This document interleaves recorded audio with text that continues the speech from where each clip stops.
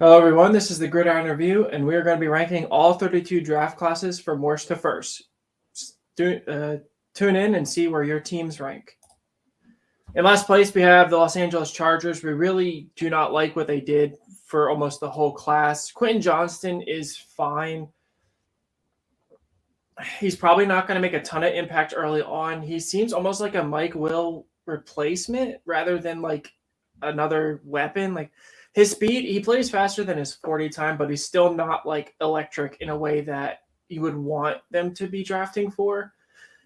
Jordan Addison made a little bit more sense in our opinion. Jalen Hyatt made the most sense in our opinion. Obviously, he fell a little bit, so there must have been concerns about something, probably his route running. But Johnston is a good player. It was really weird to see him taken second among the wide receivers, in our Yes. opinion, especially because it was the Chargers. And then Tui Tuipulotu was one of our worst ranked edge defenders. He's extremely overrated, and we don't view his upside as being anything special. Henley, Jack didn't really love the pick. Yeah, Henley was our 10th ranked linebacker out of 11. People were in love with him. I mean, I had heard when I was looking into him that he played safety, receiver, backer at Nevada before transferring to Washington State. I mean, he looked okay in the Senior Bowl. He's a player that needs a lot more refinement than people think. I mean, when you play that many positions, you're just not focused on linebacker. I mean, the only thing I like about this is that he is in a situation where he's not going to be forced into play. It did come out that Kenneth Murray's fifth-year option was declined, which means that they do still have him for 1 year. Henley could, in theory, spell him on third downs, but he does supply special teams value. And the most shocking part of this is that literally one pick later, Trenton Simpson was picked. I mean, how do you screw that up? Like, Simpson was our number 2 ranked linebacker.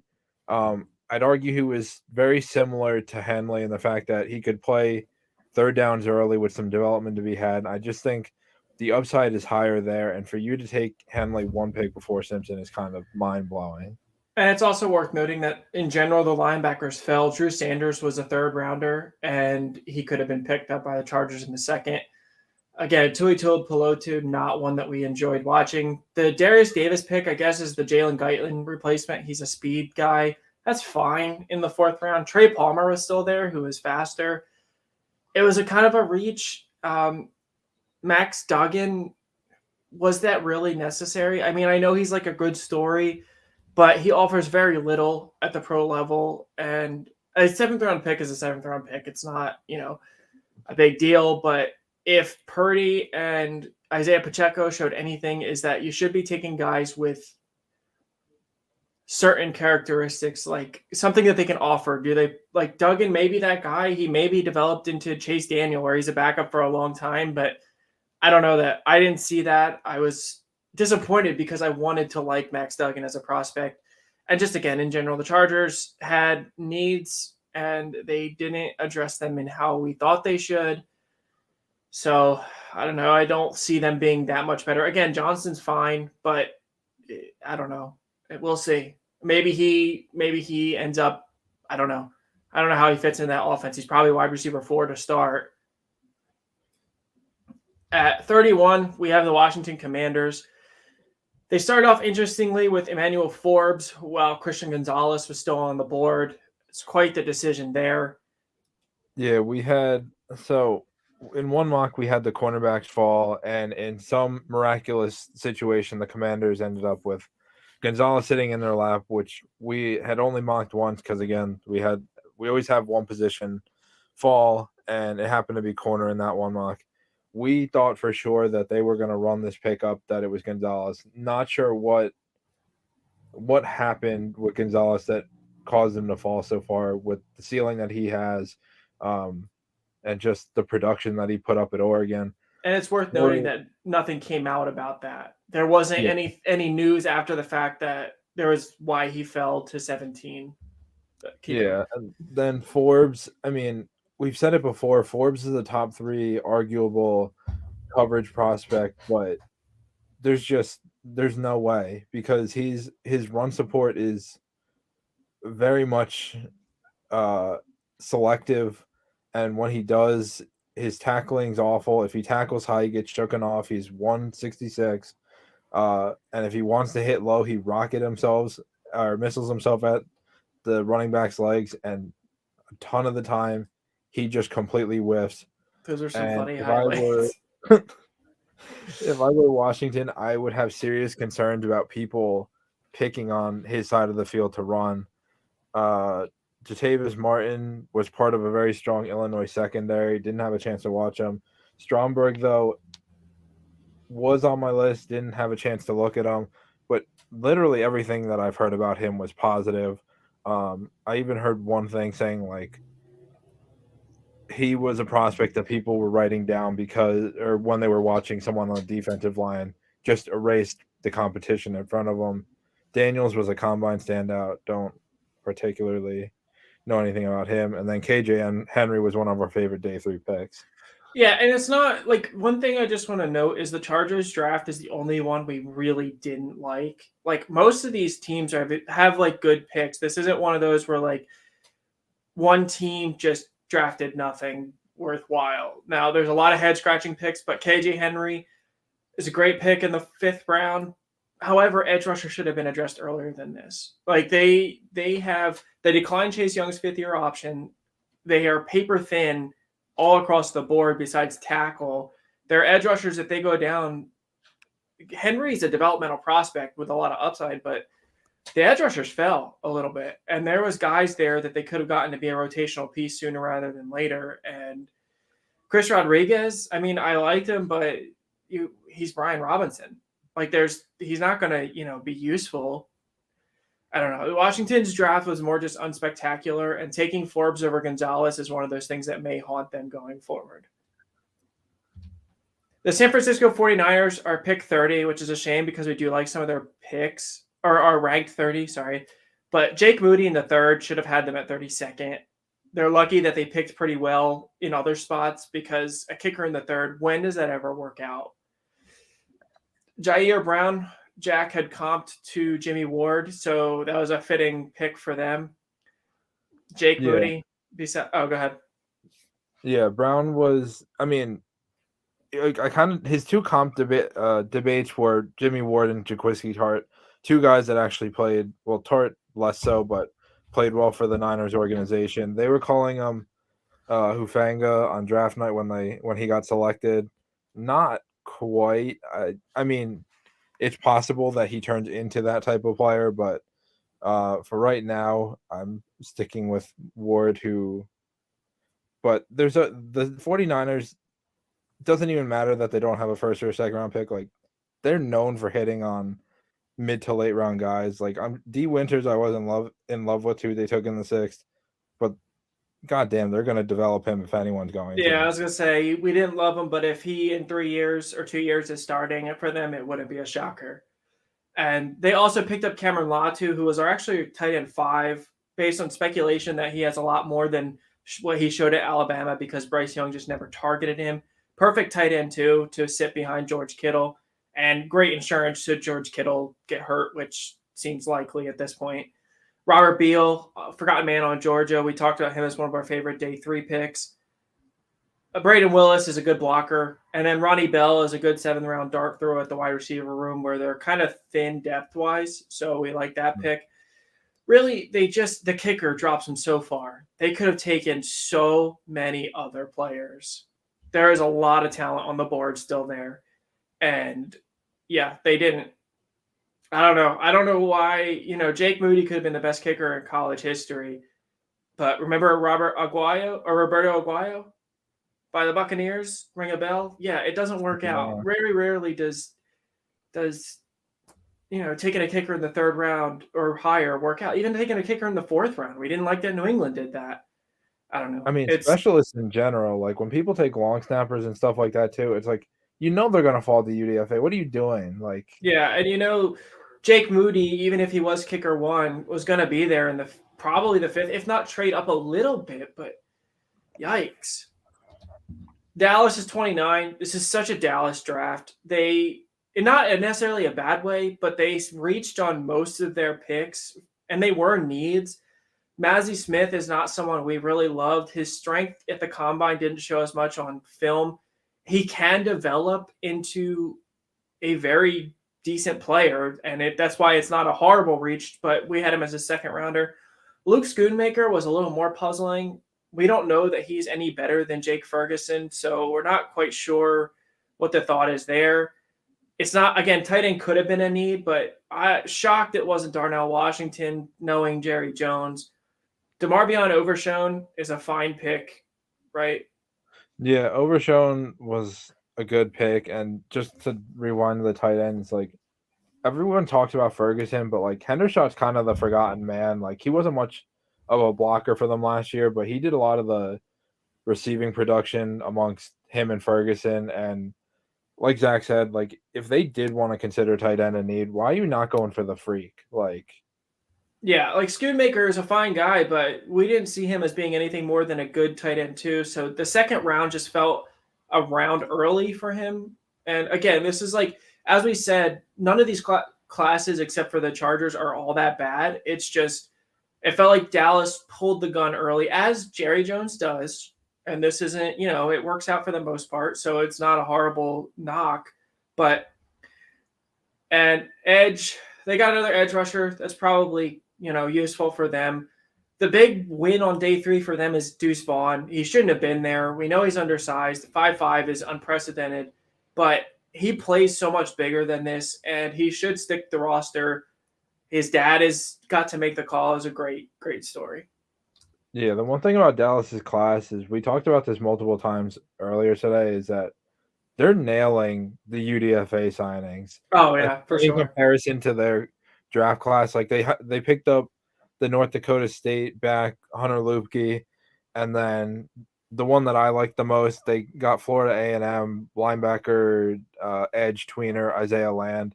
Like if you want a backup specifically for your superstar Micah Parsons, that's about as clear cut as it gets. Yeah, like Dallas is having almost, in a good way, a better UDFA process than a draft. And then at 28, the Raiders, Tyree Wilson pick, just hate it. I know like a lot of people were in love with Tyree Wilson. We didn't have a first round grade on him. He's way more developmental than expected. That being said, he shouldn't be thought of as a starter immediately. He probably sits behind Chandler Jones and Max Crosby, which is fine. Ignoring a need, though, there was offensive linemen there was corners. That's the theme of this draft, and that's why they're not higher. There's some decent picks, but they ignore massive needs. Michael Mayer is a good tight end. We have him comped to Jason Witten, so we think he's going to be very good. Is he going to be that much better than Austin Hooper that you ignored the pressing needs of offensive line and corner? Maybe. It doesn't feel like it. Byron Young was not a third-round prospect. He was a day 3 pick for me. Trey Tucker, there was other speed receivers. He's undersized. At best, he's a deep threat. But again, like, it's a okay pick. Aiden O'Connell comped to Brian Hoyer, so that makes sense. Now the room is Jimmy G, Brian Hoyer Jr. And then one of the picks we do like, though, is they were able to get Christopher Smith out of Georgia. Yeah, Smith is, and we've said it multiple times, was our safety one. His tape pops despite the size. It's incredibly shocking that he fell this far, but they did nail this pick. I was very sad to hear that the Raiders took him. I would have liked to see him go elsewhere, but I mean, again, the theme of the draft is that the Raiders ignore protecting the ever injured Jimmy Garoppolo and a secondary that plays in the AFC West where every quarterback throws for almost 500 yards in divisional games. And most of it is the Raiders' fault. I mean, Jacorian Bennett is a fine 4th-round pick. I actually kind of liked him when I was watching Banks. Didn't have a chance to watch him specifically, but he did stand out. But, like, come on. Bennett himself is not the answer to your cornerback room. Yeah, and it's worth like mentioning the Raiders. It doesn't feel like the Raiders got better in this draft. It really doesn't. They're going to get torched. The AFC West, assuming Sean Payton rights the ship, which it feels like he has so far with Denver, The Chargers, even with Staley as the head coach, should torch the Raider. Like it just, you can say like a solution to slowing down an offense is to rush the passer, but not when your secondary is a bunch of day 3 guys. Like this is just, they didn't get better. And it's weird because McDaniels comes from New England and New England prioritizes offensive line and corners. Like it's wild to see that how this is going so far for McDaniels, but second tenure, it's just not going well. We expect McDaniels. I mean, we haven't really talked about this, but I would expect him to have the hottest seat to start the season. He's lucky, quite honestly. He has a job right now with everything that unfolded with car benching and then superstars like Adams and Josh Jacobs speaking out at the end of the year. Like he's very lucky he's even getting a second chance. Yeah, and Adams or Jacobs didn't even sign his tender yet. They didn't draft the running back. I don't know. It was not Zamir, but like you would have hoped they would have added something else to. Yeah, we liked Zamir a lot, but you thought another running back could have at least sent a message. There was plenty of them available on day 3. 27, most Green Bay Packers draft ever. Lucas Van Ness, we love. We really, really do. We think he does have the upside of someone like J.J. Watt. That's not our comp for him, but he's got that style of play. So it's not even that pick, except that they passed on all of the receivers. And I know, my dad was like, oh, they never do it. But there's a reason that they haven't reached that final stage in a long time. Even with Rodgers, they've got to break their streak of drafting the way they draft. Devontae Wyatt was an awful pick, and he didn't do anything for them. The Georgia linebacker, whose name is Quay Walker. Yeah, Quay Walker was a great player last year. Middle linebackers can be found all over. Like that wasn't, such a. They had Kobe Dean fell to the 3rd round. They could have had Dean in the 3rd last year. Yeah, and this is this year as well. Van Ness is a great player, worth the 13th pick by all means. But then what was the point of getting the pick swap with the Jets? Van Ness was going to be there. New England certainly wasn't going to take him. The Jets weren't going to take. Well, they took Will McDonald, so maybe. I don't know. But and then they take Luke Musgrave, one of our least favorite tight end prospects, someone who's oft injured. He just is a one-trick pony. He's a seam stretcher. He doesn't make people miss. He's not a great route runner. He's not a good blocker. With Jayden Reed, we actually like the pick, which is why they're a little bit higher. There's a couple picks after Jayden Reed that we enjoy. Reed fills the need of a slot receiver, although he's more than that. And he should pair really well with Watson and Dobbs. But, man, this is a Packers draft. Tucker Kraft in the 3rd is fine. We didn't love him either, but he's better. We had him better than Musgrave. Colby Wooden, didn't like him at all. Effort issues. He really took a ton of plays off at Auburn, and he's not really a good tackle or end. He's in between both. Sean Clifford is a great story. The video of him getting drafted is amazing. He wasn't a 5th rounder. And I don't know. I don't hate them taking a quarterback to back up Love. Clifford could have been had 2 rounds later. I don't see any way that he was getting drafted. Clifford could have been had as a UDFA probably. I know there's Penn State fans who, like, again, you said the story with him, the video of him being drafted, but there's Penn State fans who have wanted him out of the quarterback spot for years. Yeah, Dontavian Wicks is a developmental receiver. Again, it fell early. The receivers fell. Bryce Ford Wheaton wasn't drafted. A 6'4" receiver that tested almost identically to DK Metcalf didn't get drafted. Landers, too. Yeah, Matt Landers. And don't get me wrong, Ford Wheaton is extremely raw, but if you're going to throw a dart at a receiver, make it someone that's 6'4", muscular, and can sprint. But Anthony Johnson Jr. was a decent pick. Carrington Valentine was a good pick late. And Grant Dubois didn't get a chance to look at him. He's a small school guy. It sounds like it was a pretty good pick for a 7th round. Again, they helped out Jordan Love, but in such an odd order. Luke Musgrave was not worth the pick that they took him with all the other tight ends that were still on the board. Jayden Reed is a good value. I don't know. It's a Green Bay draft. We hope Van Ness works out, but we'll see. The Seattle Seahawks are at 26. They kind of gave a little bit of surprise with Devin Witherspoon, although we did have them taking a corner. We thought it'd be Gonzalez. And then they went Jackson Smith and Najigba. We don't have an issue with the pick. we get issues going on day 2. Edge rusher was not a big need. We know people kept projecting pass rushers to them, but they have Uchenna Nwosu, they have Darrell Taylor, both had 9 sacks last year. Boye Mafe was a second rounder. Derek Hall is explosive, but again, if you're going to take a developmental guy, it's not in the second round. Zach Charbonnet, what in the world was that pick? I just don't understand. Are you running more 3 receiver sets with Jackson Smith-Njigba, or are you going to run the ball more? You can't have both. It's not an issue for us that they took a running back. It's that they took Charbonnet, because like if they took McIntosh in the 7th alone, like that'd be fine, because that still hints at the fact that you're trying to throw the ball more. That's what McIntosh does. Like now with Walker, McIntosh, Charbonnet, and Njigba, like I get you want the weapons, but like what is your identity now? Yeah, and don't get me wrong, Charbonnet is a great player. We had him comped to David Johnson. He catches a lot of passes. He's a power back with a little bit of juice and juking ability. But Kenneth Walker's an every down back too. Both of them are 3 down backs. And you could say committee, but you could have paired a power back from day 3 and Kenny McIntosh from day 3 with Kenneth Walker and had a very nice committee. Like it's Charbonnet was worth that pick, the second round pick 52.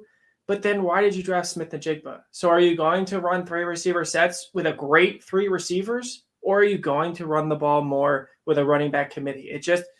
There's not enough time to do both. Unless the only thing I can think of is, but Walker came back and he was really good. So I can't even say his knee is an issue or something. Wait, it wasn't his knee, was it? I don't remember. I can't remember what his injury was that he came back from. And you know what? It's a Seattle draft. It's Devon Witherspoon is a good pick, but Christian Gonzalez fit them more identity-wise. Mm-hmm.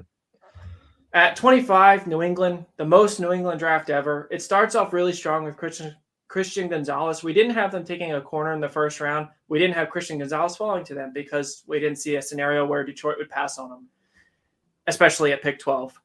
But New England takes advantage of the slide, and Christian Gonzalez is an A-plus pick. I don't know if you want to discuss that real quick. No, just like Zach said, we didn't have him falling that far. Like, and as we stated earlier, like the weirdest part of it is just that there's no reports as to why he fell. Yeah.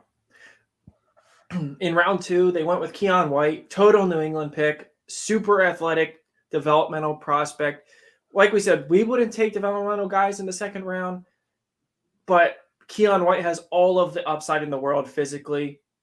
Very reminiscent of Josh Uche coming out, where it doesn't show all the time on tape. He flashes. He needs a ton of development, but in 2 years, don't be surprised if he pulls out a 12-plus sack season.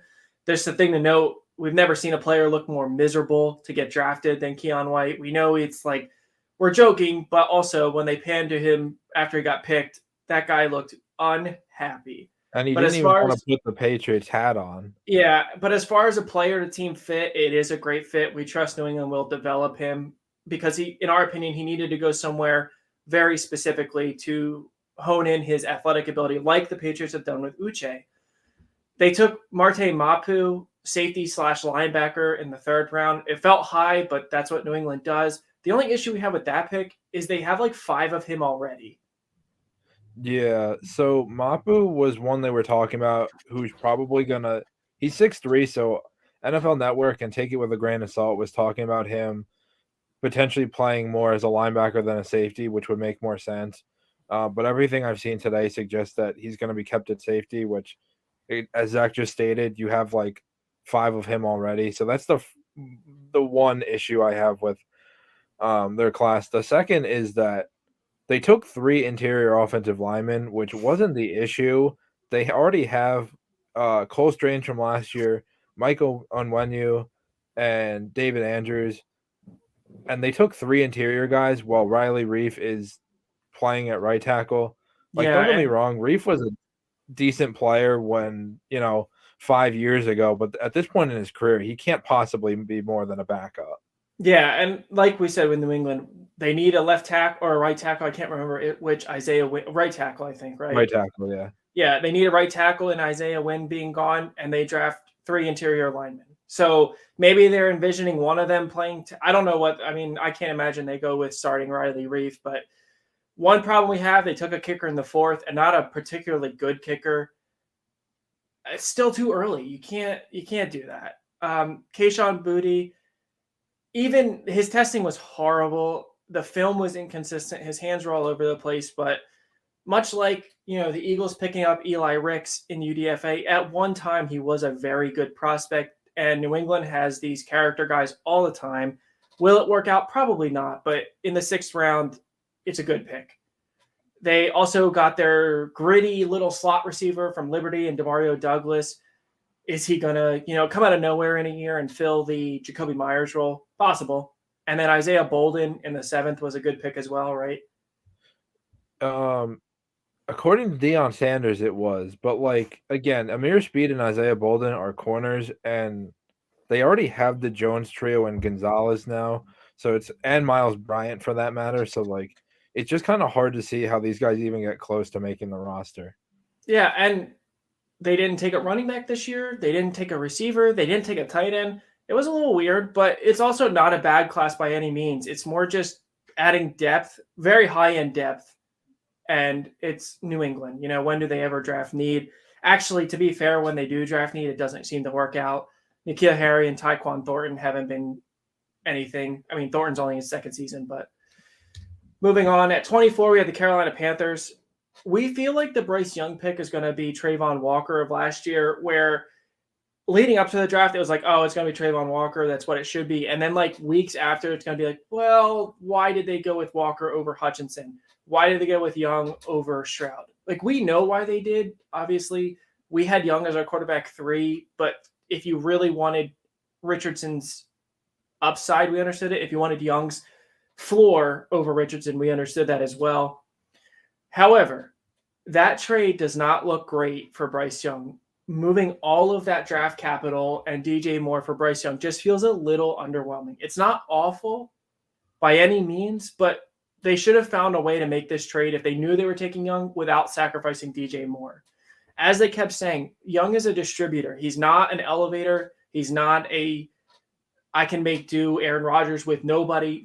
He needs people that can take short routes after the catch, and Moore was that guy, and they got rid of him.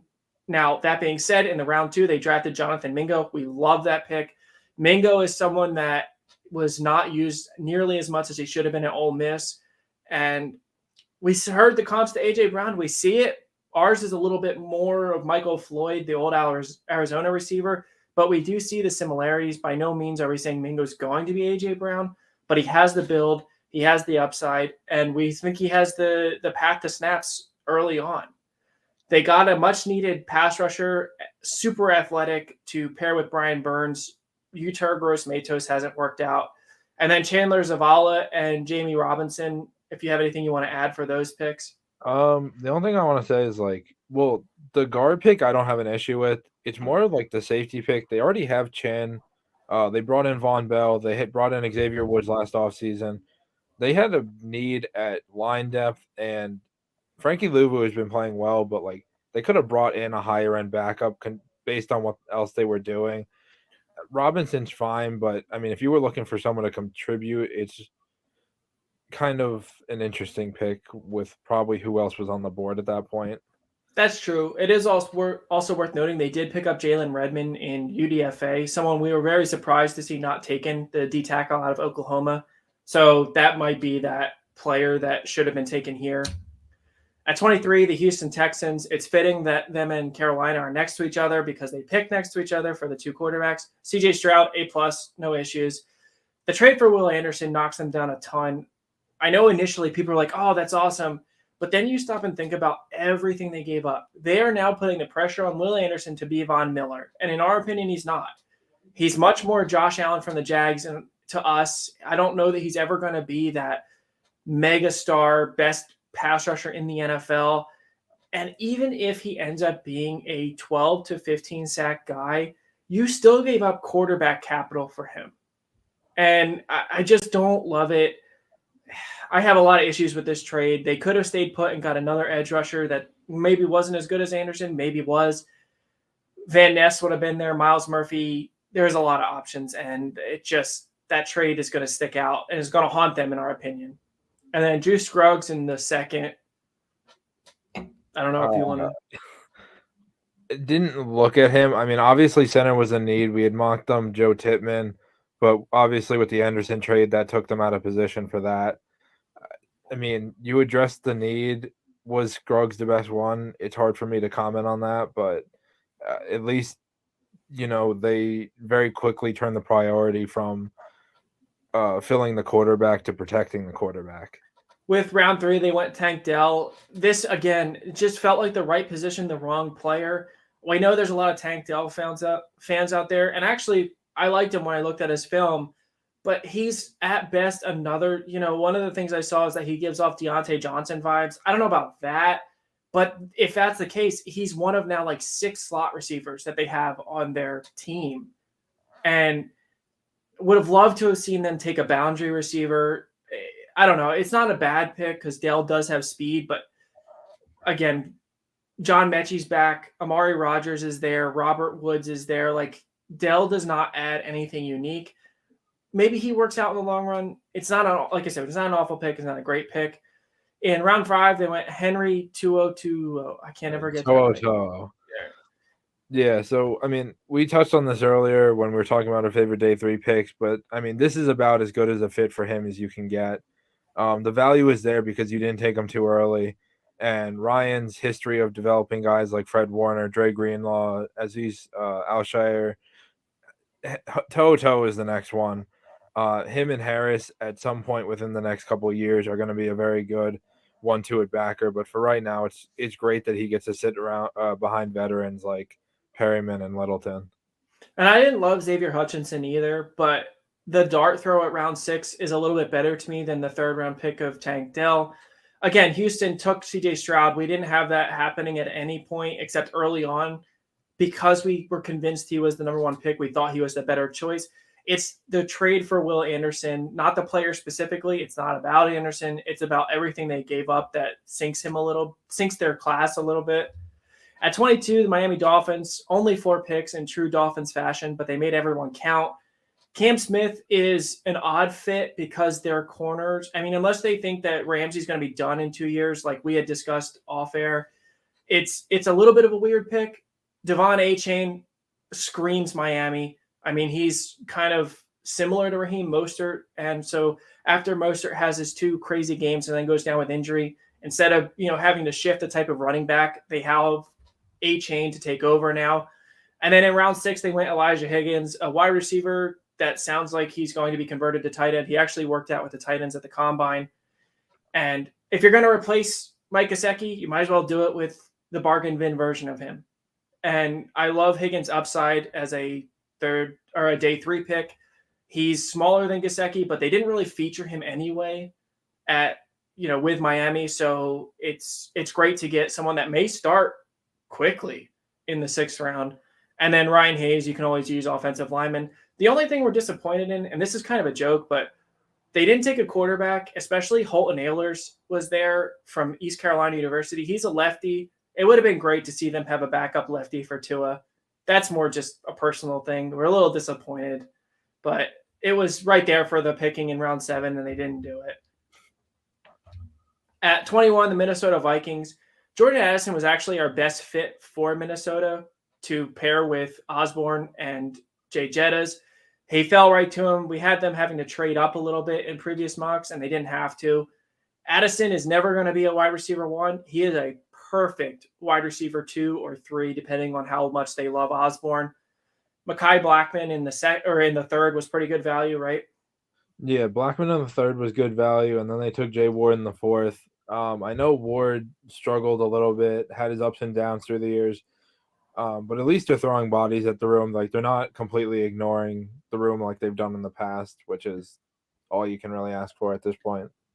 Jacqueline Roy is not someone I really loved. He's a big body, but I wasn't overly impressed. Around 5, though, it's hard to knock people for round 5 and later picks.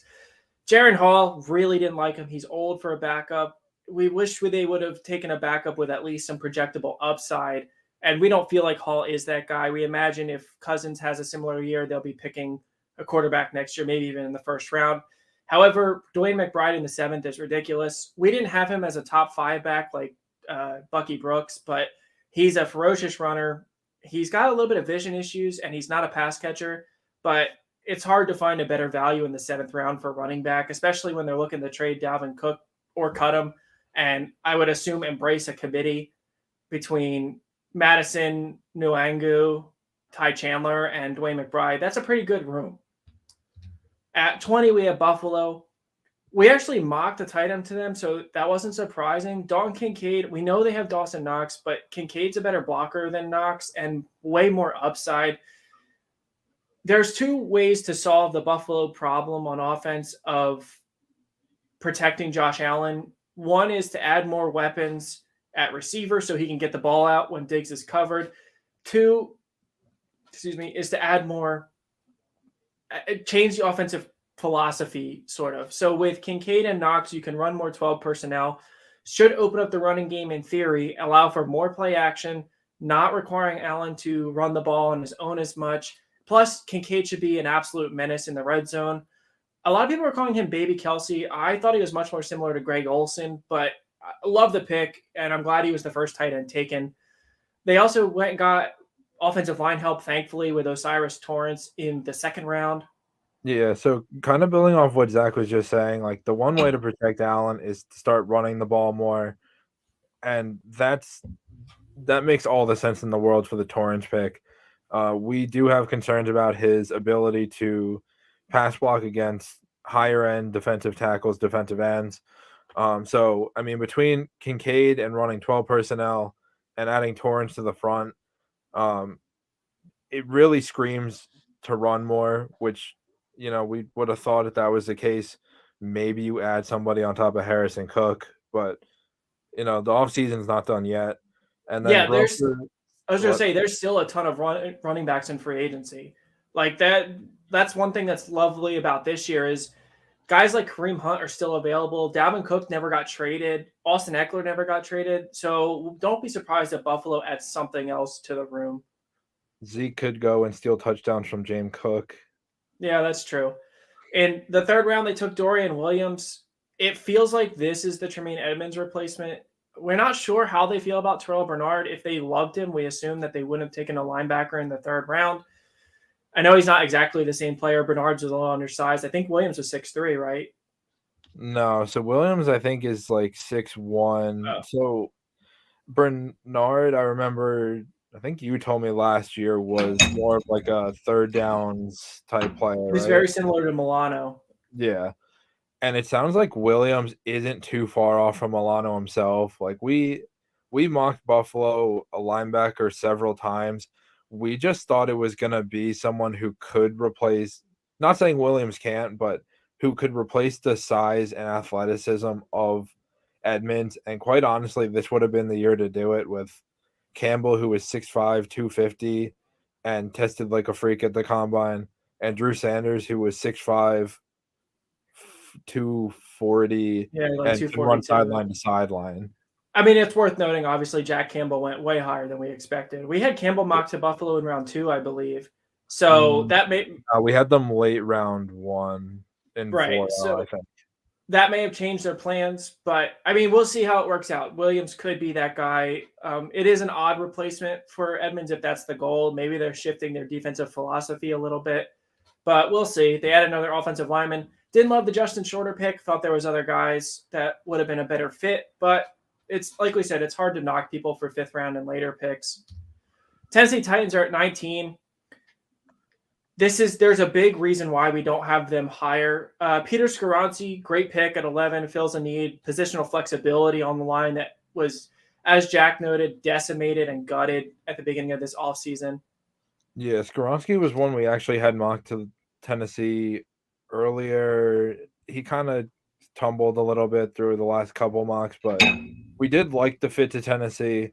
Skoronski is more than likely going to get kicked inside the guard. And between him and Jalen Duncan, as Zach emphasized, they're looking to replace what they purged earlier. It does seem likely that Henry stays with this team. They're building the line exactly how Henry would like it to be built.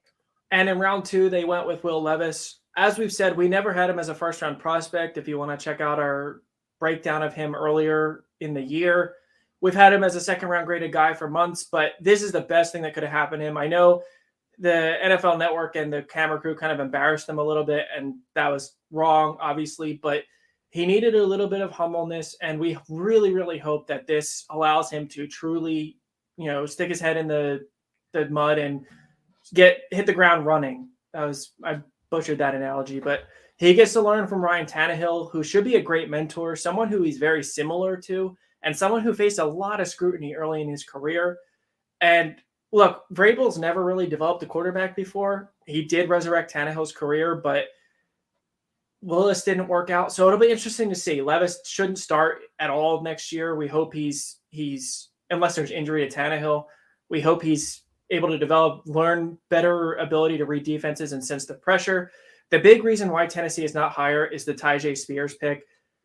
We liked Spears. We didn't love him. But then the news came out that he doesn't have an ACL in his knee and it's arthritic. And this information was available to the Titans. So what in the world was this selection?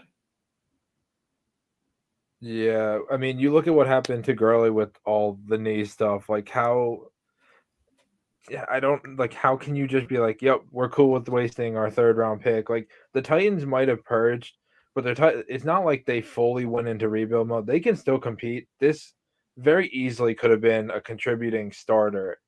And it could have even been another running back. Abin Akonda was still there. Like there were so many backs available. And they went with Spears, who at the time was not the worst pick in the world. But then when you find out he doesn't have an ACL and his knee is arthritic, I mean, what? Gurley's downfall after his knee was diagnosed as arthritic was like 2 seasons. So now you got to be worried about Spears even playing out his rookie contract. It was early with all the running backs falling. It was painfully early, and it just doesn't make sense if they knew his knee was arthritic, why they would take him here. In round 5, though, they rebound a little bit with Josh Whyle. Some people seem to hate this pick. I actually like it. He's a really good blocker. He's way different from Chig Okonkwo. And I wouldn't be surprised if he sees snaps earlier in line because Okonkwo is not the best blocker. And you split Chig out wide since they didn't take a receiver for some reason. Not really sure what happened there. And then they got, like Jack said, Jalen Duncan, and a receiver in the 7th is whatever. But actually in UDFA, they've done better. They got Jacob Copeland. I wouldn't be surprised if he sticks it on the roster. But not a bad draft by any means. The Tyjae Spears pick is going to be really bad. Kansas City Chiefs at pick 18. They had a good draft throughout, but they also, it's a weird draft at the same time. Felix Anudike-Uzomah is an odd choice, to be honest. We had him as a fringe first rounder, and we think he's got his best days ahead of him. But it sucks that Myles Murphy went right before them. And I think he would have fit so well next to Karlaftis as 2 different types of pass rushers. Can't do anything about it, but it's not an awful pick. It's just there are other edge rushers I think that would have fit better here. In round 2, Rashee Rice. Love the pick. Loved Rice as a prospect. And he adds a different skill set to the receiver room. But again, it's not a bad pick. It's probably a need. It's just more luxury selections. And then in round 3, they got Wanya Morris, finally addressing the line that lost multiple people, even though they added some free agents. Yeah, Morris should slide in right at right tackle. It's hard, for as much as they've talked up Jawan Taylor as being this extremely football smart guy. He should be the one to convert. Morris has some cleaning up in his game to do. There's absolutely no reason to be moving him to left when you can keep the footwork that he has, keep him developed.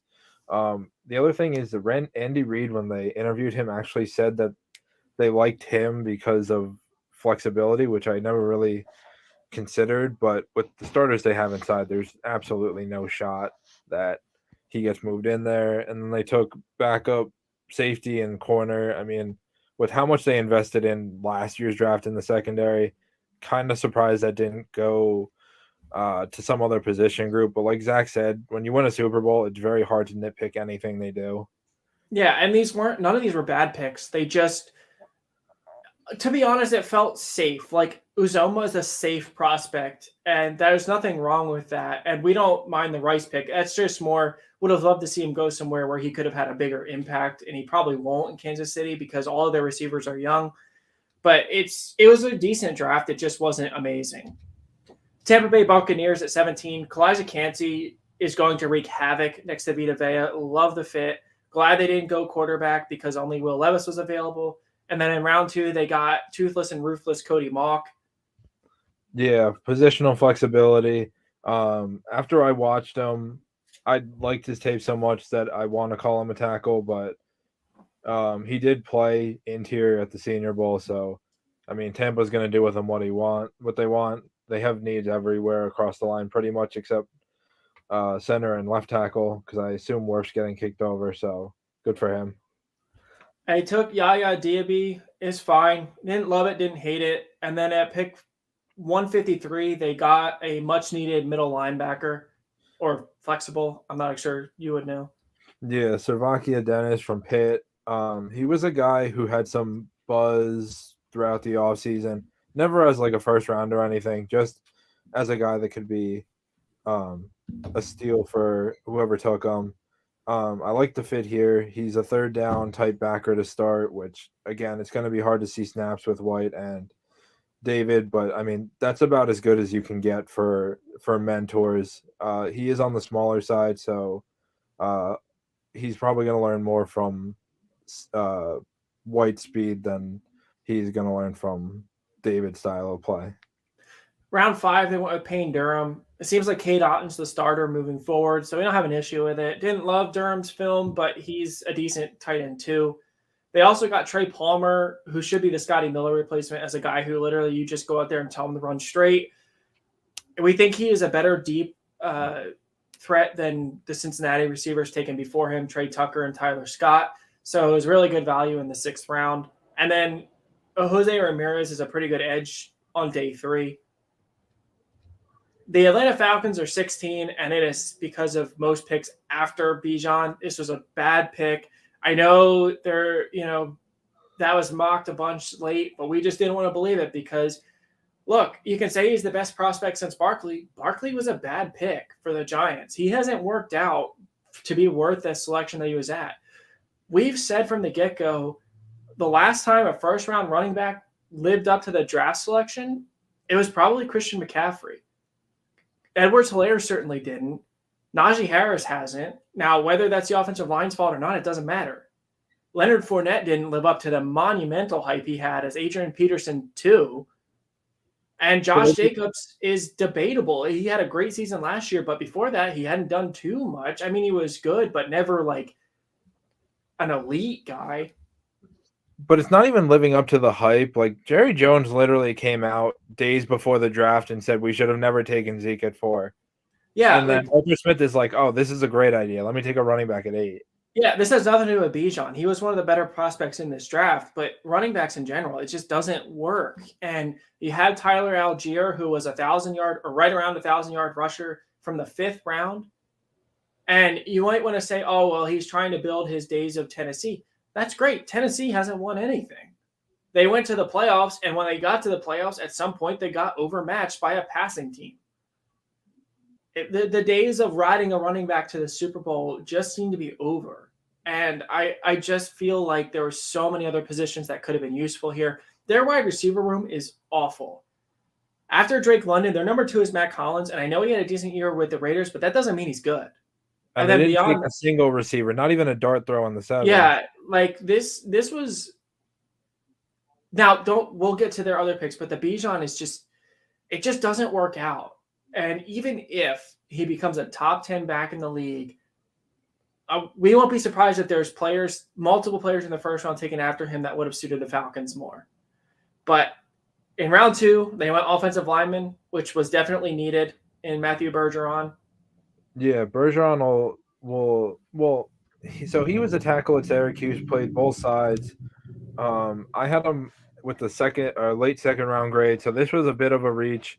But when you look at the interior of their line, Bergeron was someone that I made a note could kick inside. So it's probably there considering Jake Matthews is still there and they just re-signed Caleb McGarry and Lindstrom this offseason. So they do build the line with him and Javon Gwynn later in the draft.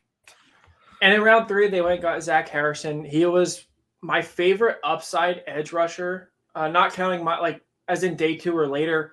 He's got an insane size, speed, height prospect. We had him very similar to Marcus Davenport coming out of UTEP. Yeah, right? Or UTSA. I can't remember. UTSA, I think. But either way, Harrison's athletic profile is through the roof. And Atlanta needed pass rushing depth, but for the people that projected it in the first round, it just wasn't worth it. So instead, they get an uber athletic. I think he's the guy that people think Tyree Wilson is.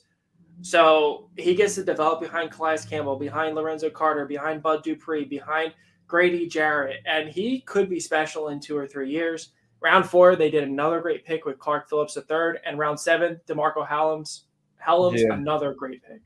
I gotta give the Falcons credit for a team whose secondary outside of AJ Terrell was pretty much non-existent last year.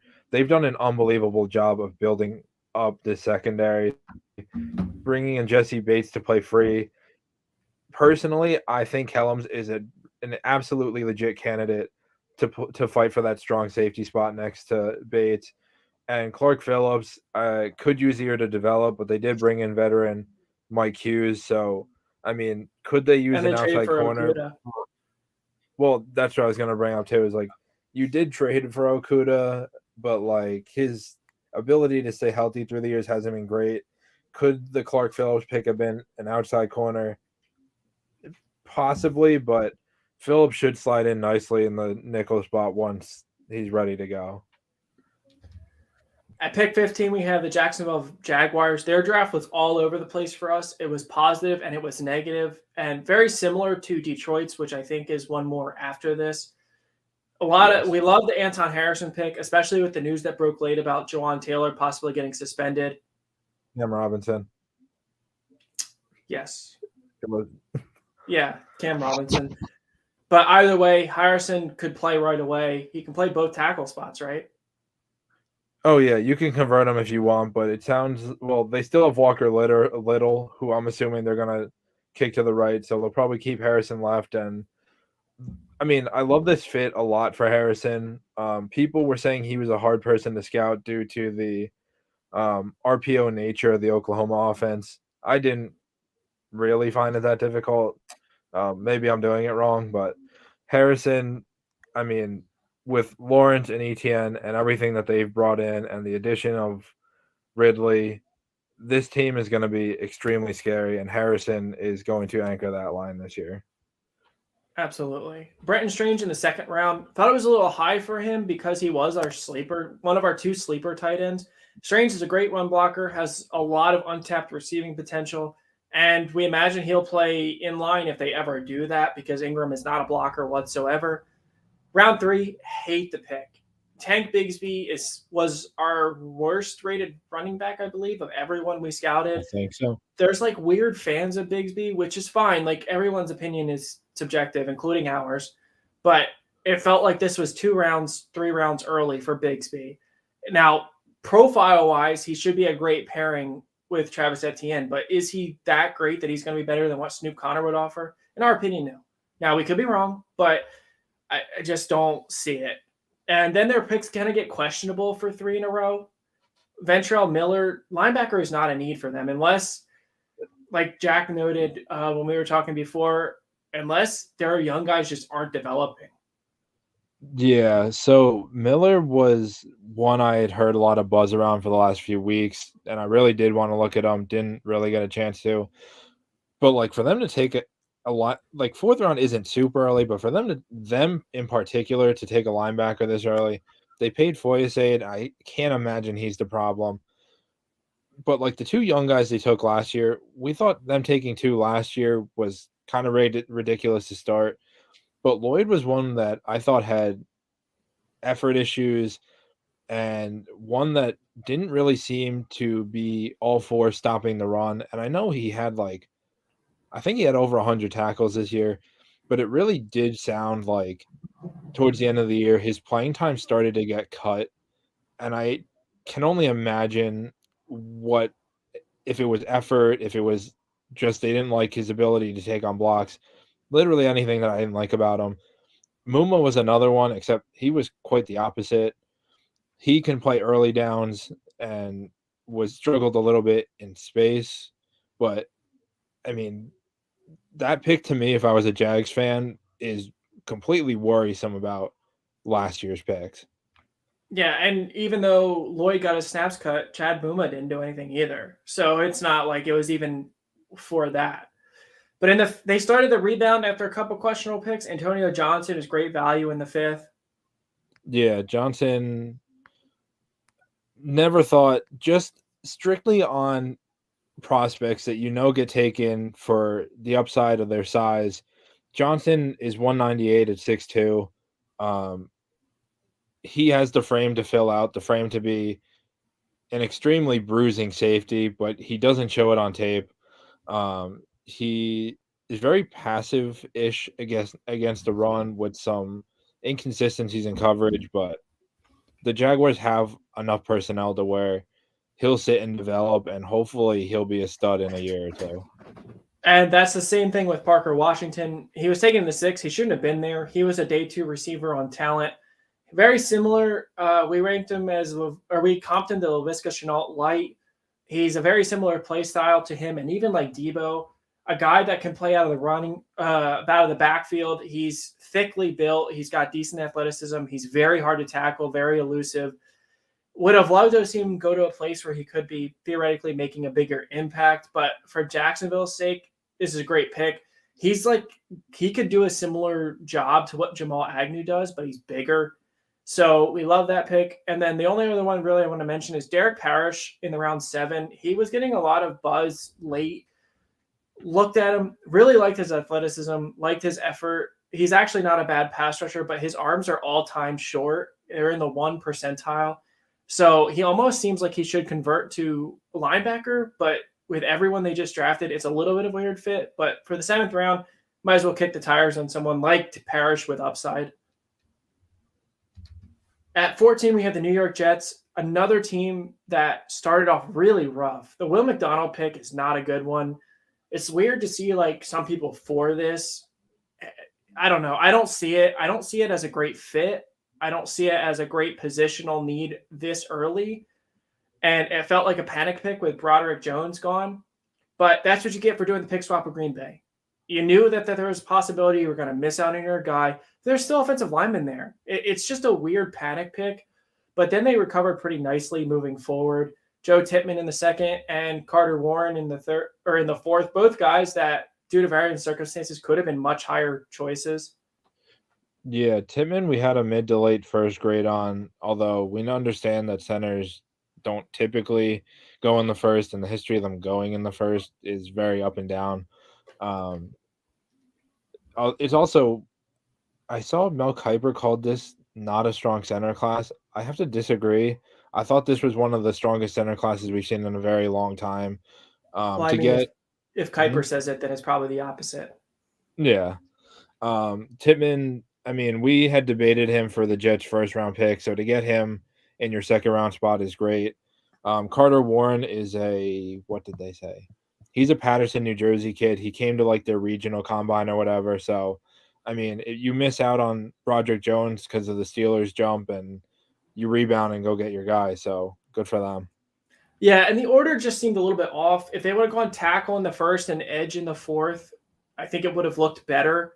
But either way, they rebound from the Will McDonald pick is a real head scratcher. We didn't have a first round grade on him. Even besides that, it's an odd positional selection.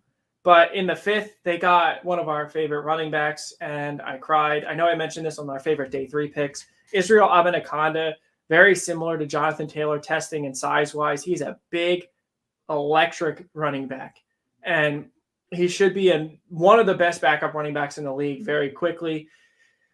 I don't know. If Breece Hall's knee is not recovering like they hope, this is a much better pick. I mean, it's a great pick no matter what because you can't have enough running backs. But from our perspective, we're a little sad because we wanted him to go to a place where he could have a path to clear playing time early. But for the Jets, they take advantage of the running back slide. They got Zaire Barnes in the sixth, someone that we heard good things about, I believe. Yeah, Barnes and even their sixth rounder, Jarek Bernard Converse, are two guys that we've heard pretty positive reports on. Probably won't play right away, but pretty good depth pieces who should stick to the roster. And then round 7, I mean, as we've said before, in the 7th round, you've got to take a shot on someone that presents much more upside than a normal 7th round pick. Isaiah Pacheco had great speed, and that's what happened. Brock Purdy had great experience. Now, obviously, this does not always work out, but Zach Kuntz from Old Dominion is the most athletic tight end in the class. He's more athletic than Darnell Washington, which is nuts to say. He's not a good blocker at all, so in no way are they in the same plane as prospects. But at a 6'8" tight end who ran what he did, jumped what he did, it's shocking that no one took a gamble on him earlier. He's a very much a developmental prospect. He, to me, is a more athletic Colby Parkinson, but I mean, you're talking 7th round. This could pay off insanely in 2 or 3 years. And yeah, the Jets rebound from a bad first pick and have very solid picks for the rest of the draft. 13 is Cleveland Browns. And this seems, you might think this is a little bit high, but there's reasons. Obviously, we're going to talk about him. Cedric Tillman, we don't love the pick, to be honest. I thought he was one of the most overrated receivers in this class. Yeah, he's big, but he's a body catcher. He doesn't make people miss, and his average athleticism. Cleveland may have saw signs or shades of Dwayne Bowe here. Not really sure what else could have been. But then in round 3, they got Siaki Ika. He's going to eat up double teams for Myles Garrett and Dalvin Tomlinson. This is a great pick. Instead of getting an edge rusher on the other side to help him out, which I think every Cleveland fan has been crying for, they kind of get more creative with it and get an absolute unit in the center of the defense to pair next to a very good tackle as well, and Dalvin Tomlinson. In round 4 and in round 6, they got pretty good value and great steals at offensive line with DeJuan Jones and Luke Weichler.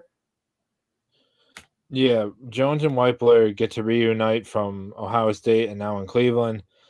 How either of these, well, all right, how Weichler fell to the 6th, I know he had inconsistent tape, but he was still one of the top centers. For him to fall that far was a blessing in disguise for Cleveland, who does bring Ethan Pochich back, but he did miss time in 2022 due to injury. And then DeJuan Jones, his fall makes a little bit more sense. Pretty rough footwork, although he does move well for 374 pounds. He is very top heavy and likes to reach, so those are things that are going to need to be worked on. But for a team that seems like they're getting ready to part with Jack Conklin, he's going to be a force in 2024. And in round 5, they got our favorite quarterback sleeper, Dorian Thompson-Robinson. We compared him to Jalen Hurts, and you might shake your head, but it goes more than just skill. Thompson-Robinson is athletic, yes, but the comp is because he's an insane leader. He gets the best out of his players, and he has an extreme heart and hustle to pair with a decent skill set. He's got a good arm. He needs some mechanical cleanup, but it'll be interesting to see in a couple of years. Robinson, we won't be surprised if he wins the locker room over and they're stuck with this albatross of a contract in Deshaun Watson, and they might have a little more controversy than you'd expect. We wish he would have gone somewhere where he could have fought for snaps like Minnesota if Cousins failed, or, Houston if they hadn't taken a quarterback. Like, we really wanted Thompson-Robinson to go somewhere that he could develop for a year with a shaky quarterback in front of him. But unfortunately, unless Watson gets suspended again or hurt, there's not really a way for him to see snaps sooner. But as far as value, he shouldn't have been a 5th rounder. I know, we had him as a 2nd or a 3rd rounder, and we hope he gets a chance to start in this league and prove that he was worth way more than this. At 12, we have the Detroit Lions. The Jahmyr Gibbs pick is just bad. There's no other way to look at it. At least they traded back from 6. Reports were that they were ready to take Gibbs at 6, which would have been one of the worst picks in recent memory. There's nothing to do with Gibbs. We think he's a very good prospect. He had our 2nd-round guy. Or our 2nd running back. But wow, was this a shocker. This may have been the biggest shock in the 1st round.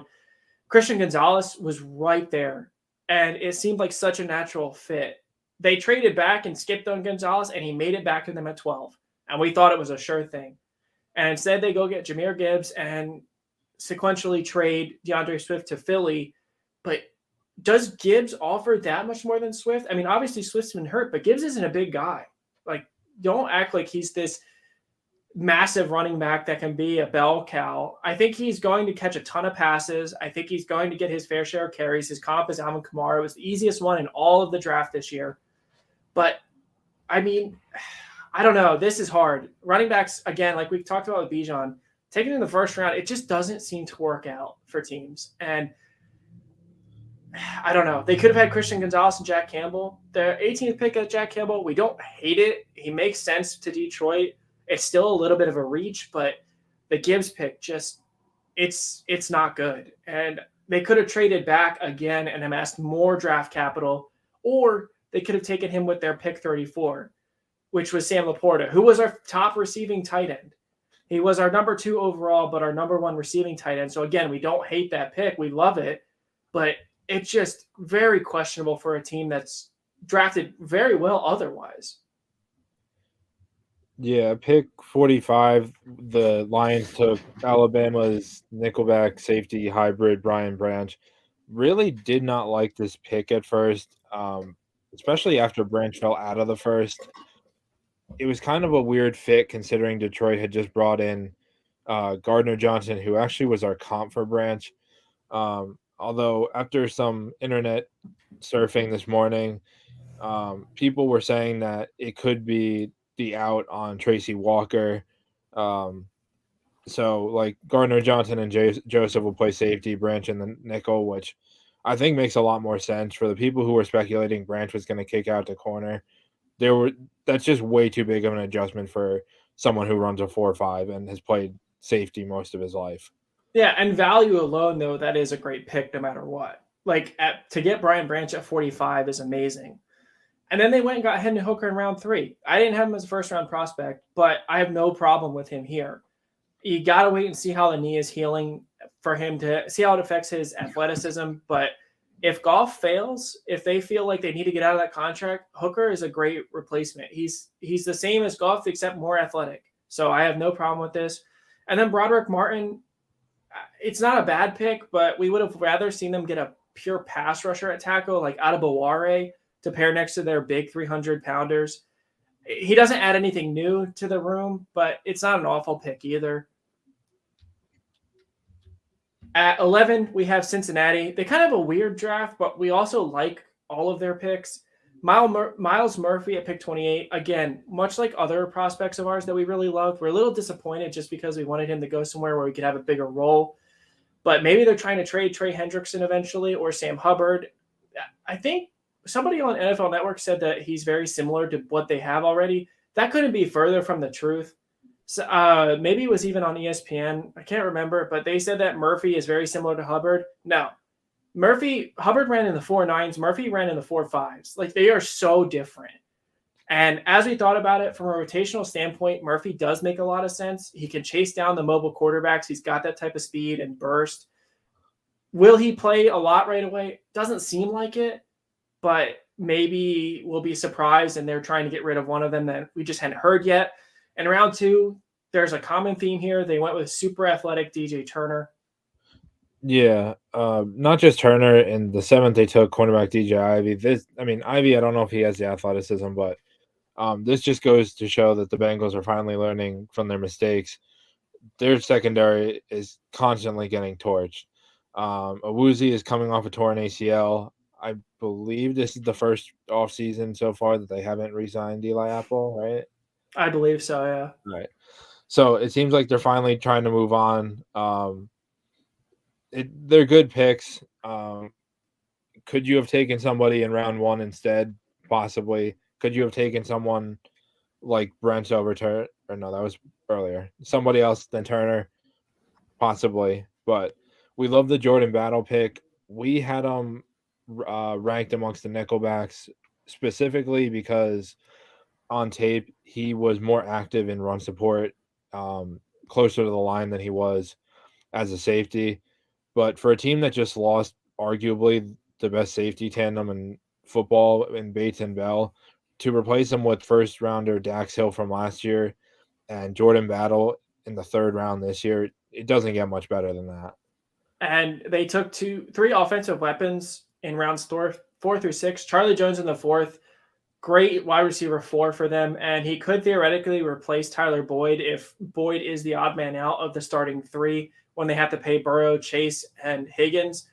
Chase Brown is a great backup for Joe Mixon. He's like the Walmart brand Joe Mixon. I don't think he's got upside similar to someone like Joe Mixon, but he can do everything. He's got a little bit of power, a little bit of wiggle. He can catch passes, and if they cut Joe, then Brown should be able to take the starting job and at least be capable in it for a team that really doesn't run it that much. And then in round 6, they got Andre Ishovash. It's a weird way to pronounce that, but that's what they did in the tape. So he's a size speed guy. I don't think he's ever going to be anything special, but if you're going to throw a dart, throw it at a guy that can run in his 6'3". And our top 10 starts with the New Orleans Saints. In round 1, they took Brian Brzee, someone we had mocked to them all the time. It just made too much sense. He helps with the pass rush in the tackle position that they don't have anymore. They got 2 run defenders to replace the guys they lost. Brzee can play end if you ask him to, but he probably won't, considering their second pick was Isaiah Foskey. Foskey has a lot of untapped potential. He's somewhat similar to Cam Jordan, as is Brzee, but in a different way. Like Brzee is that inside-outside flexibility. Foskey is physically similar to Cam Jordan, but he's a heavy hitter. He's got a decent amount of pass rushing moves. He does need some development, but they didn't really sign a replacement for Davenport or Caden Ellis, so Foskey's probably going to play day 1. And then in the 3rd round, they went and got Kendre Miller. This pick we don't love as much, but we also don't hate it. He's not, if Alvin Kamara is let go or arrested or charged, he doesn't offer something different from Jamal Williams. Would have rather seen them get like a pass catcher in case they do need to go to a committee. But Kendre Miller is a very energetic runner. Can't argue a 3rd round pick on him. In round 4, they got Nick Saldiveri. Yeah, Saldiveri, along with 5th rounder safety Jordan Hell out of Minnesota, are 2 guys who got a lot of buzz within the weeks heading up to the draft. We're talked about as mid-round gem sleepers, whatever you want to call it. But they're both guys that should find. I mean, Howden should find work on special teams, but really outside of that, with Marcus May and I'm blanking on who their other safety is. Honey Badger. Oh, that's right. He is probably not slated to start anytime soon. Saldiveri could be the future replacement for Andres Pete, who's been talked about as a trade candidate for the last few months now. Jake Haener is a pick we don't like. We thought he was way overrated. At least there's a Fresno State quarterback room now, but if you wanted to take a quarterback to develop over time, there's plenty of other guys that made more sense. We don't see Haener developing into anything more than a backup. But if you wanted someone that can back up sooner, this makes a little bit more sense. And then A.T. Perry in the 6th, who was basically traded for Adam Troutman. Again, if you're going to take a stab at a receiver on day 3, take it at the guy that's 6'3", 6'4", and in Perry's case has multiple 80-catch seasons. The Giants are number 9. Deonte Banks in the 1st screams Martindale, and John Michael Schmitz, great pick in the 2nd. Yeah, Deonte Banks, as Zach said, screams Martindale. He's a guy that's a little bit on the rawer side. Definitely needs some development, but that's all stuff you can hide in Martindale's system. He's going to bring the pressure up front. Banks isn't going to be asked to cover down the field for a ridiculous amount of time. And one of the notes I actually had on Banks was when it was time for scramble drill, he was one of the better ones that I've seen that can just freestyle coverage. John Michael Schmitz, we had as an early 2nd rounder, I believe. So, and he was one that was mocked in the 1st round for a while by people. Really athletic, slight concern in pass pro, although not as bad as some of the other prospects we've said that about. To get them where they did in the 2nd round is really, really good value, along with their 3rd round pick, Jalen Hyatt, who fell way further than we would have thought. So Hyatt is a 1st round talent, but with someone that has glaring, I wouldn't even call them red flags. Like we talked about a lot with Hyatt, it's just unanswered questions. He was never asked to beat press in college. and he always played in the slot. We have to imagine he's going to get kicked to the outside, considering the Giants have like 8 slot receivers in their room. Wandale is a pure slot, gadgety guy. He's not an outside receiver. Sterling Shepard's not an outside receiver. So Hyatt could be devastating with his athleticism. He's got to learn how to run better routes. He's got to learn how to beat press. So we don't know that he makes an impact early, but he also has a chance to catch fire in the second half of the season. Great, amazing value for round 3. Probably, without thinking too hard, maybe the best pick in the 3rd round. In round 5, they got Eric Gray. They needed to address the running room, and they did. There's other guys I would have rather than picked. Ahmed Akonda seemed like such a great backup choice. It wasn't here, but Eric Gray, decent pass catcher, decent elusiveness, very below average athleticism. He's going to be a backup. It's not the guy that you hope you can start if Barkley were to leave or not sign his tender. So that is what it is, but great value in the first 3 rounds. And I don't know anything about the Trey Hawkins or Javarius Owens, but knowing Martindale, he excels at developing day 3 secondary pieces. The Arizona Cardinals, uncharacteristically great draft. The new GM started off really great this year. They traded out of the 3rd pick and got a first next year among a lot of other picks. They fleeced the Texans. So, and then they traded up and made sure they got their guy, Paris Johnson. Kyler should be happy. The Cardinals should be happy. I don't know if you want to just discuss that real quick. Kyler was, well, it sounds like Johnson was actually the guy that Kyler was pushing for. So to move back at your capital and then move up was an unbelievable move, especially in front of Vegas. You completely threw off their draft, and McDaniels panicked as he usually does. Johnson, we suspected, was going to be the first tackle off the board, even though he was only the 3rd tackle on our rankings. He was the safest pick. He's got a super high floor. Although his ceiling probably isn't what the other 2 ahead of him is. But, I mean, he's athletic. He protected, not that Stroud's athletic, but he did protect Justin Fields. So he is used to that quarterback running around in the backfield. Once Murray is back from injury, he should be very happy with what they're doing up front. They went and got BJ Ojulari in the 2nd. I thought it was a little bit high for him. I had him as a 3rd round graded prospect, but he's very solid. He's one of those guys, I forget who my comp was, to be honest, but he should start right away.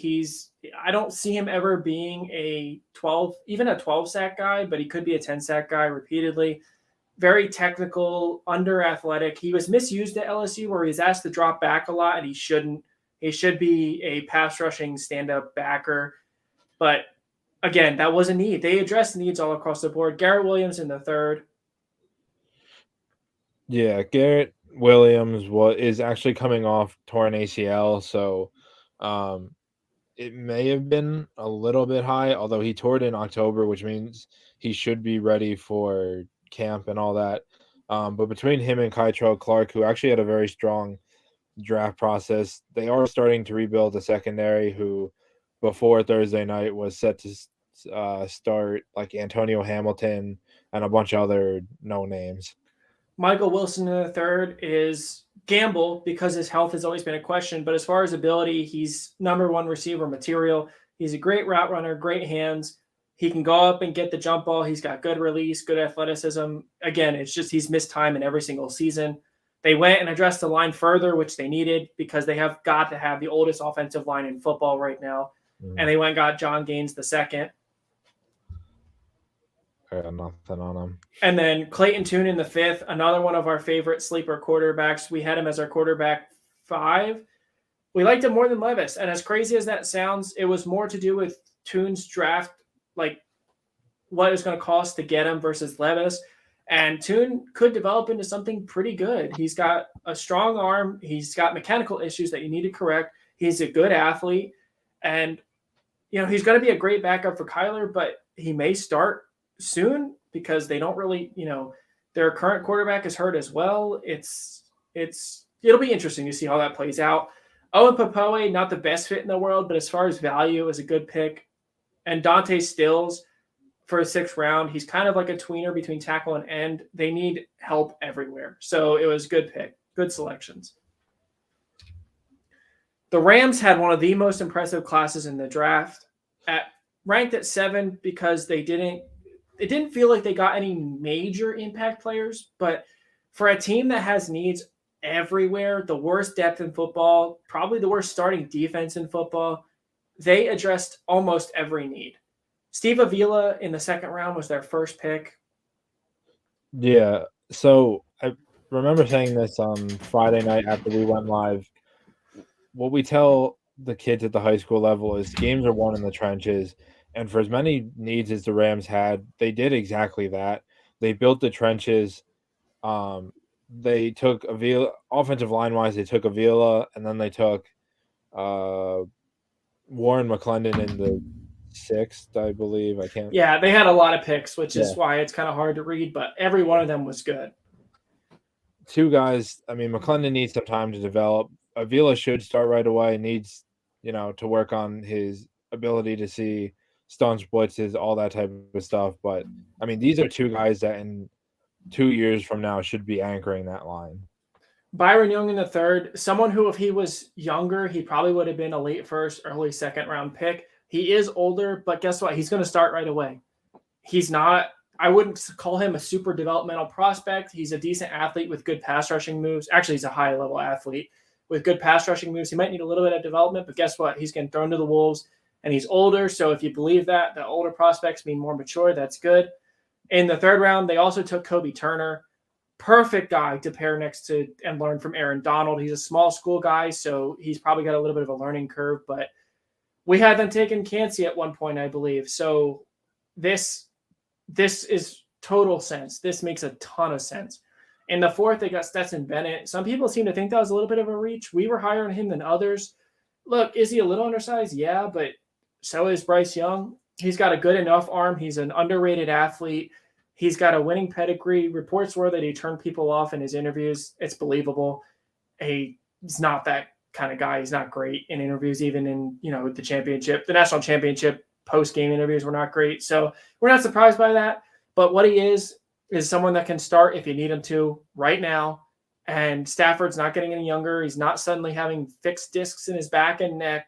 So Bennett is a high-level backup right away. He's the only other quarterback on the roster.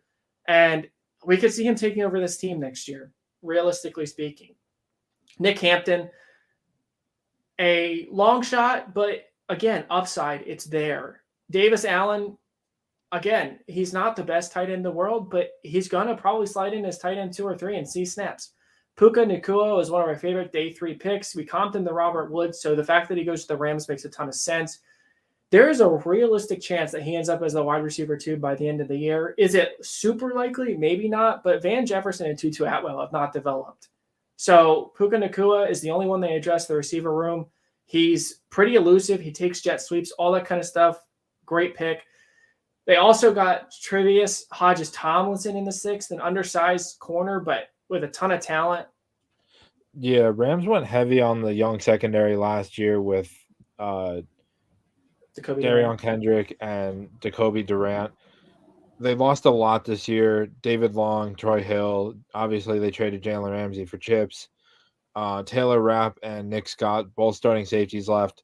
They end up with 2 really, really strong value picks in the 6th and the 7th, and Hodges-Tomlinson and Jason Taylor. The Rams should not be expecting to win. Like, these are guys that can develop on the fly. Don't be surprised if they roll out a super young, inexperienced secondary. They're going to be fine in a couple of years. Yeah, it's worth noting that the Rams are super in the Caleb Williams sweepstakes at this point, and we like the Stetson Bennett pick, and it might work out better than they expect. But these are guys that are going to get experience early, and it should be valuable experience. Zach Evans, we didn't like him as a prospect. His vision is Trent Richardson level, so take with that what you will. He has some athletic upside, but he's got a lot of red flags. In the 6th round, you take a guy with speed. That's just what you do, and it wasn't a bad pick. Rams made a lot of noise with their picks and a lot of contributors rounds 2 through 7. So we commend them. They are leaving this draft a lot better than they were. At pick 6, Denver showed how you make a lot with a little. Marvin Mims in the second was a great pick, especially if they end up moving probably Tim Patrick. He adds some speed. KJ Hamler is fast, but he's never been able to stay healthy, and Mims is bigger than Hamler. Round 3, they got somebody that definitely shouldn't have been there in Drew Sanders. Yeah, their 2 third-rounders and 5th-round pick are all guys that, well, Sanders in particular, that shouldn't have been there. He's sideline to sideline. He's versatile. He does everything you look for, and Denver hasn't had a linebacker like him in a very long time.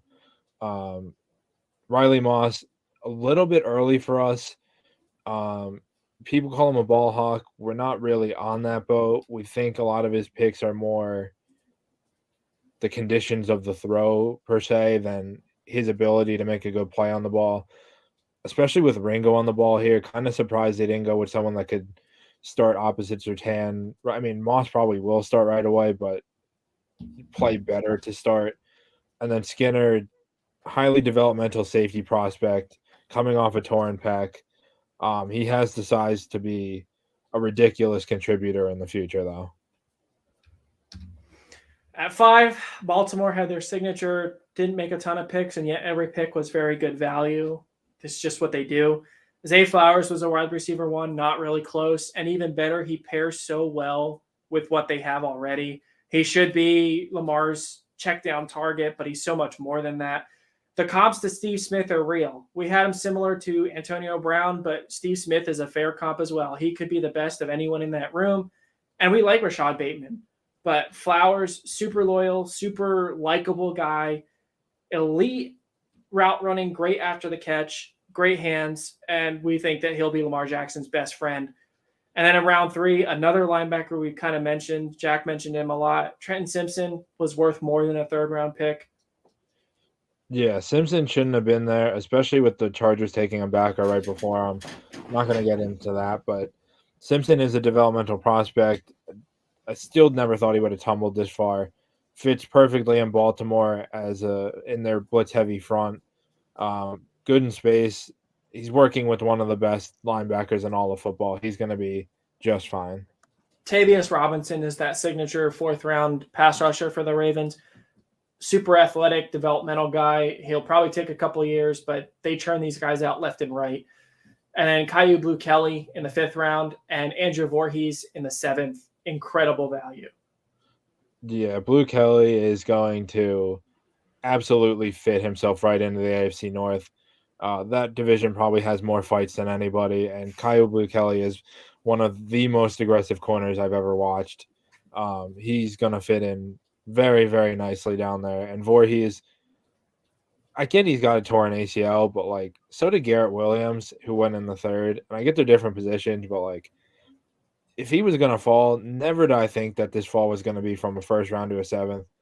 My grades were kind of off from the consensus, but like I think unanimously Voorhees was a 1st-round pick. At the very worst, a 2nd. Yeah, early 2nd. For them to get him in the 7th and still have the opportunity for him to sit the entire year and develop, like that is literally Baltimore drafting. Like just let it fall to you. Yep, Baltimore's going to Baltimore. And with their new offensive coordinator and new offensive system, we expect Jackson to flourish. We expect that offense to flourish. And we think Baltimore has a chance to be real contenders this year. At 4, we have Chicago Bears. Ryan Poles, round of applause. He continues to excel, proving that he's quickly becoming one of the better GMs in football.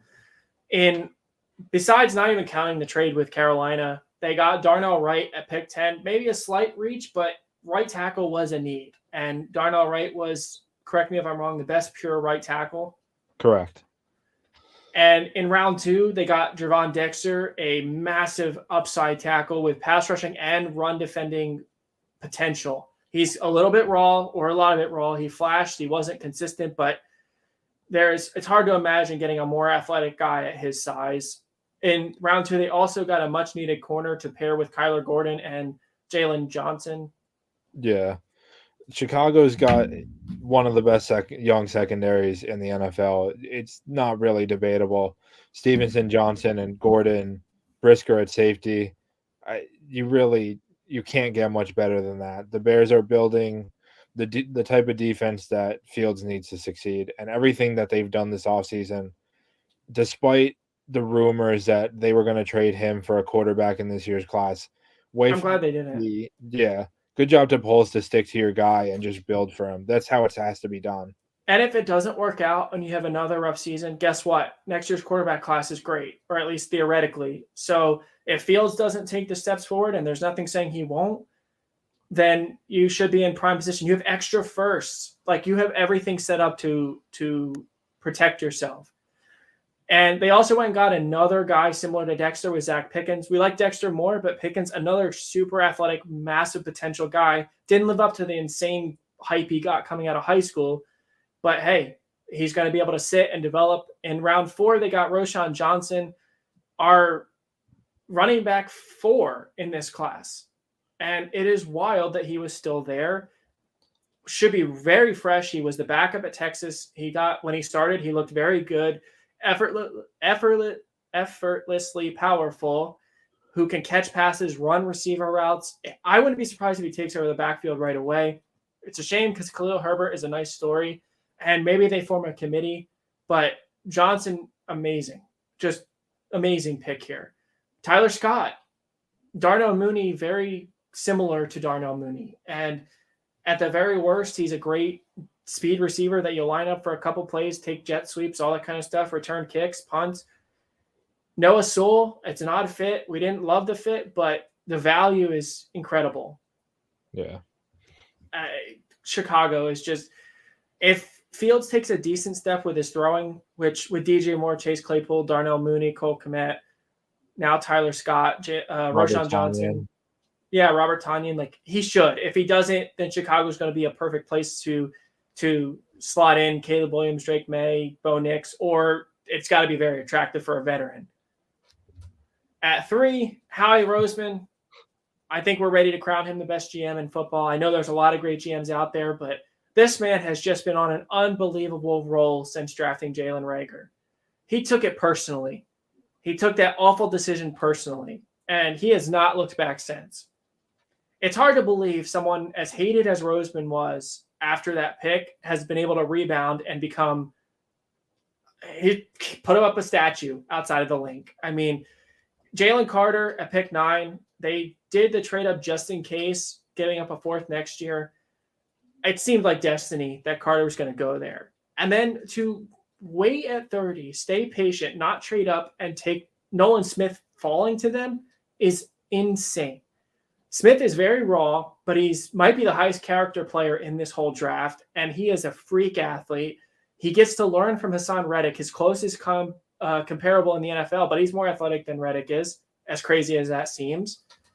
And then in the 3rd rounds, their picks weren't as great, but Tyler Steen, you got to just trust whoever Philly drafts that offensive line that it's going to work out.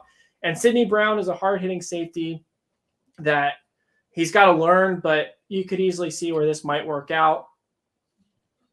Yeah, like Zach said, it's kind of hard to argue who the Eagles take at offensive line when they've had an unbelievable amount of success with everybody that they've.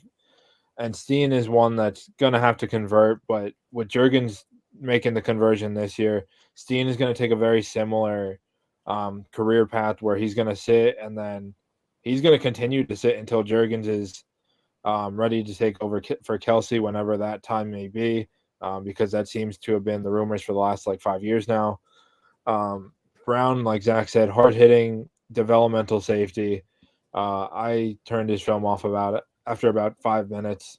Was not impressed by the instincts, the tackling, but I mean, if he has to start this year, just expect up and down play. He 1 year in development, if they could have held Gardner Johnson 1 more year, that would have been a great situation for him to be ready for 2 years from now. But hopefully they can develop him. And then in the 4th round, obviously, because why not? They trade back into the 4th with next year's picks to go get none other than a Georgia defender, Keely Ringo. So we talked about this already. He fell because of character, because of medical for his shoulder. Ringo is actually a player that for months now has been talked about being converted to safety. So if they really feel strongly about his ability or his skill set football wise right now, outside of the personality stuff, you could slide him in right next to Edmonds and give Sidney Brown a year that way. And then Yeah, once Slay or Bradbury are ready to out, then Ringo just comes down. absolutely. I mean, this is, if it doesn't work out at corner, then you move him to safety. He seems to be like he can be a very flexible chess piece.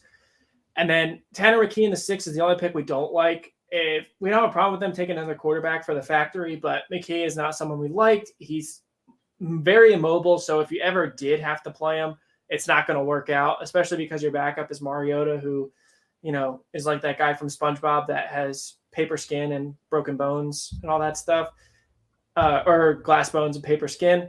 But then in the 7th, they didn't look at him because he was not a high-rated prospect. But as far as upside goes, again, they took a very athletic guy that, of course they did. I mean, they are going to be nuts this year. The only issue we have is we wish they would have drafted a receiver somewhere. Or a second tight end. Yeah, or a second tight end, one of the two, especially with Darnell Washington falling the way he did. But it's not like they made bad selections. Tanner McKee could have easily been one of the receivers that was still there, but what are you going to do? Howie can only do so much. At 2, we have Pittsburgh. They could have easily been number 1, but this is just an insane class. They traded up for Broderick Jones, A+, made the Jets panic. Gotta love it. Gotta love when you trade up and get your guy and mess up another team as well at the same time. Oh, absolutely. Especially in the AFC where everyone's a contender, pretty much. Jones, as we've talked about multiple times, was just one of those fits in Pittsburgh that we loved. I literally was watching TikTok this morning and I saw about 8 different videos of Broderick Jones at the zoo in Pittsburgh. Really don't know why that showed up on my page, but to come up and get your guy jumping, I mean, for a guy that really could have been gone at 9 to the Bears, that's an unbelievable value. In the 2nd round, everyone knew that was going to happen. If it was anyone else, the world would have been shocked. Pittsburgh is all about family connections and in-state players. Porter is both of those. Don't know if his ceiling is what the other corners are in the class, but with how bad the Pittsburgh secondary has been, they kind of need to go with the safe pick at this point.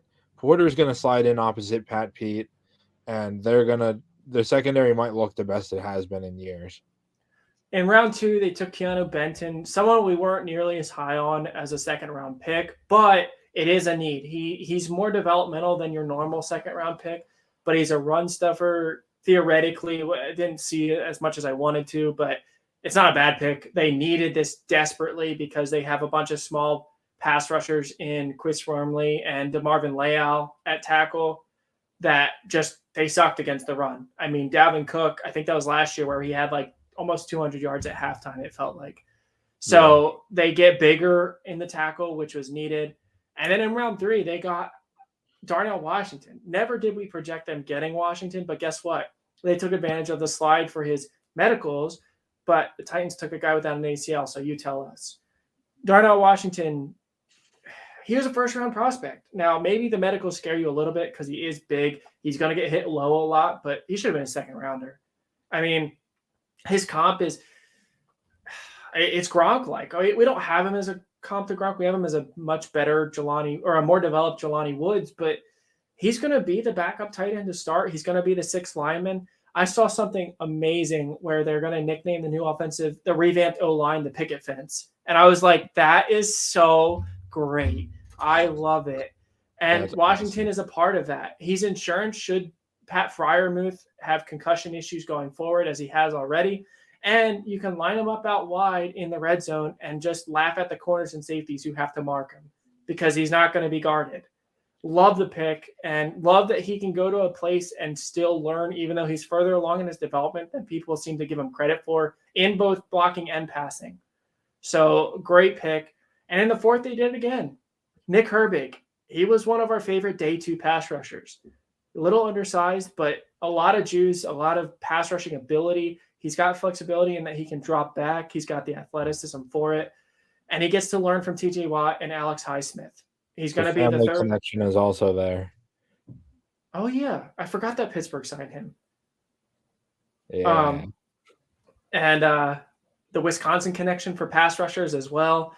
So this is an amazing 4th round pick. If Watt were to get hurt again, it wouldn't be all on Highsmith. And it's just Pittsburgh nailed this draft. They really, really did.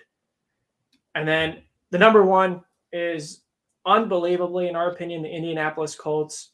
We've joked about it a bunch, but Jim Irsay had to have been locked in a closet with a little Tykes toy phone so that he couldn't call anyone and draft the wrong player. But Anthony Richardson, love the fit. Shane Steichen's offense. I mean, there's talk about Richardson starting quickly. We wouldn't do that, but we would trust Steichen to be able to put the offense around him to succeed if that hypothetically were to happen.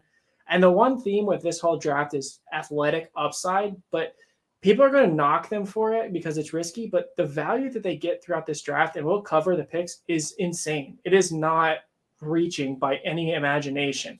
Julius Brents the second. I mean, he was a first-round corner, right? Yeah, we had Brent as a first-round graded corner, but it's not just him. Darius Rush out of South Carolina in the 5th was one that people have been calling a sleeper. Some people actually liked him more than Cam Smith from what I've heard. And Jalen Jones in the 7th. Those are all corners that I believe are like 6'1" or bigger. Brent is 6'3", Jalen Jones is 6'2". But I mean, when we looked at the Colts depth chart, Rodgers and Kenny Moore, who are both about 5'10", were slated to start. We mocked them a corner strictly on the fact that they can't walk into next season without some size, and they did it 3 separate times. That's good on them. In round 3, they went with Josh Downs from UNC. We didn't love him as much as other people did, but he's a great route runner. We comped him to Hunter Renfrow, dependable, and he is an ideal slot receiver to pair with one-trick pony Alec Pierce, who's big and just runs straight, and Michael Pittman, who's a Keenan Allen-ish number 1, but we don't think he's that good. And with Jelani Woods, they have a great receiving core now. They just do. And on top of that, they went and got another tight end in the 5th, Will Mallory. He's literally Kyle Granson again. But look, in the 5th round, you just get another athletic tight end. It's easy to see the theme here, and we love it. Blake Freeland in the 4th. Yeah, Freeland was – I mean, the Colts in general were not a team that we had taking a tackle with Braden Smith and Bernard Ryman from last year. But when Freeland, who we had as a fringe first, falls to the 4th, you can't pass up on the value. It's one of those things where you take best available and you figure it out later. We think that Freeland's going to start at left tackle. Ryman's going to move inside. But Freeland is a much better run blocker. He does have some inconsistencies in pass pro. But for a team that has Jonathan Taylor, and assuming they do start Richardson a little bit sooner than later, the offense is going to be built for the run, which is right down Freeland's alley. He's gonna be very impactful his rookie year. Adetomiwa Adebaware in the 4th round is someone that we had as a fringe first rounder as well. He tested more athletic than Kalijah Kancey at a very similar size, if not slightly bigger, and someone who definitely was some development needed. But if you're talking about pure pass rushing defensive tackles, he was probably 2nd, maybe 3rd, but I thought he was a better pass rusher right now than Brizzy was. So to get him in the 4th, he shouldn't have been there. He just shouldn't have been. And, you talk about it's just insane value all over the place. Evan Hull, I still don't remember how to say it, in the 5th, high effort, high character, can do everything for you. He's not a super special runner, not a ton of wiggle, subtle, but not elite. Runs a lot of routes as a running back, out of the backfield at the wide receiver spot. He's a good backup and handcuffed to Jonathan Taylor. I mean, Daniel Scott, what is there to say? This draft was incredible. And we, appreciate everyone watching, and we're going to continue posting content about covering the NFL draft, and we're going to start putting out stuff for 2024 in a couple of weeks, getting a jump on it. So we hope to see you back on our channel. Like and subscribe. We really appreciate it.